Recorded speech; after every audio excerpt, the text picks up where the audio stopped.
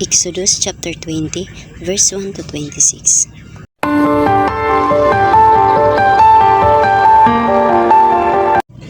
At sinalita ng Diyos ang lahat ng salitang ito na sinasabi, Ako ang Panginoon mong Diyos na naglabas sa iyo sa lupain ng Egypto, sa bahay ng pagkaalipin. Huwag kang magkakaroon ng ibang mga Diyos harap ko. Huwag kang gagawa para sa iyo ng larawang inanyuan o ng kawangis man ng anumang anyong nasa itaas sa langit o ng nasa ibaba sa lupa o ng nasa tubig sa ilalim ng lupa. Huwag mong yuyukuran sila o paglingkuran man sila, sapagkat akong Panginoong mong Diyos ay Diyos na mapanibughuin, na aking dinadalaw ang katampalasanan ng mga magulang sa mga anak, hanggang sa ikatlo at ikaapat na salinlahi ng mga napupuot sa akin. At pinagpapakitaan ko ng kaawaan ang libu-libong umiibig sa akin at tumutupad ng aking mga utos.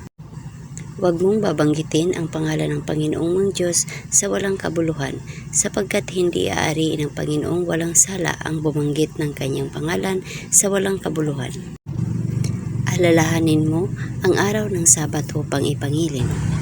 6 na araw na gagawa ka at iyong gagawin ang lahat ng iyong gawain. Ngunit ang ikapitong araw ay Sabat sa Panginoong mong Diyos. Sa araw na iyan ay huwag kang gagawa ng anumang gawa. Ikaw ni iyong mga anak na lalaki, ni babae, ni ang iyong aliping lalaki, ni babae, ni ang iyong baka, ni ang iyong taga-ibang lupa na nasa loob ng iyong mga pintuang daan. Sapagkat sa 6 na araw ay ginawa ng Panginoon ang langit at lupa, ang dagat at lahat ng naroon, at nagpahinga sa ikapitong araw. Nanupat pinagpala ng Panginoon ang araw ng Sabat at pinakabanal. Igalang mo ang iyong ama at ang iyong ina, upang ang iyong mga araw ay tumagal sa ibabaw ng lupa na ibinibigay sa iyo ng Panginoon mong Diyos. Huwag kang papatay, huwag kang mangangalunya, huwag kang magnanakaw, huwag kang magbibintang sa iyong kapwa.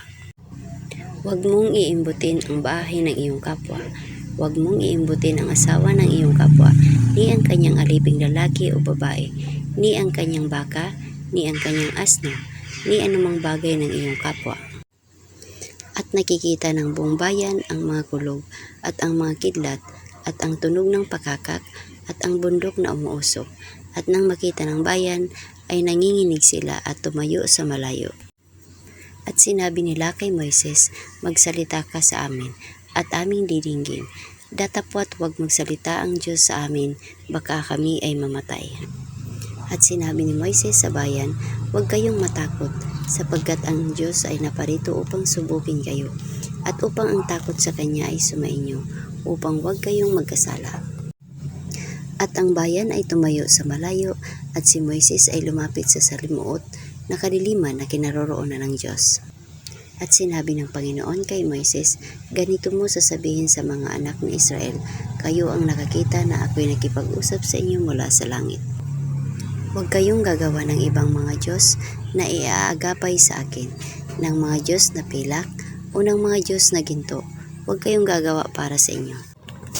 Isang dambanang lupa ang inyong gagawin sa akin, at inyong ihahain doon ang iyong mga handog na susunugin, at ang inyong mga handog tungkol sa kapayapaan, ang inyong mga tupa, at ang inyong mga baka sa lahat ng dakong aking ipaalala ang aking pangalan, ay paparoonan kita at papabalain kita.